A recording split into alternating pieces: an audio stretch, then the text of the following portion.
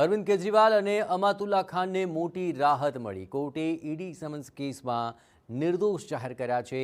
દિલ્હીની Rouse avenue કોર્ટે મોટી રાહત આપી છે।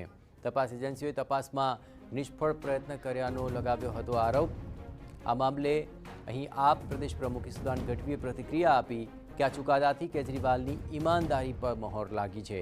ભાજપે બદનામ કરવાનો પ્રયત્ન કર્યા હોવાનો પણ ઈસુદાને આરોપ લગાવ્યો હતો। અરવિંદ કેજરીવાલ ઈમાનદાર નેતા હોવાનો પણ ઈસુદાને દાવો કર્યો।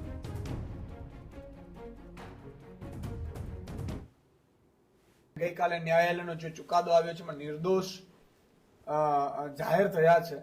એનો અર્થ એ થયો કે માનનીય અરવિંદ કેજરીવાલજીની ઈમાનદારી અકબંધ છે, અકબંધ રહેશે।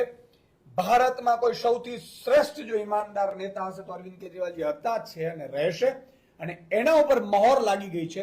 પણ ભાજપે જે વચ્ચે ઈડીના શસ્ત્ર તરીકે ઉપયોગ કરી અને અરવિંદ કેજરીવાલજીની ઈમાનદારી ઉપર અને બીજા આમ આદમી પાર્ટીના નેતાઓની ઈમાનદારી ઉપર જે વાર કર્યું હતું અને ખોટા મુદ્દાઓ ઉઠાવ્યા હતા, ભ્રષ્ટાચારના, દારૂ પોલિસીના, એના પર્દાફાશ થયું છે।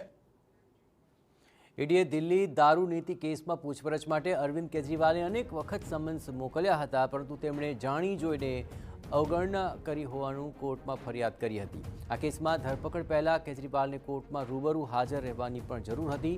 જોકે પુરાવા અને સંજોગોને ધ્યાનમાં લેતા કોર્ટે નિર્દોષ જાહેર કર્યા। તો આપના ધારાસભ્ય અને દિલ્હી વકફ બોર્ડના ભૂતપૂર્વ અધ્યક્ષ અમાતુલ્લા ખાનને પણ રાહત મળી છે।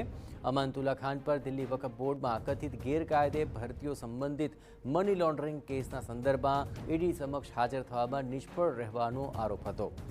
રાઉઝ એવન્યુ કોર્ટે ઈડીની ફરિયાદને ફગાવી તેમને પણ નિર્દોષ જાહેર કર્યા છે।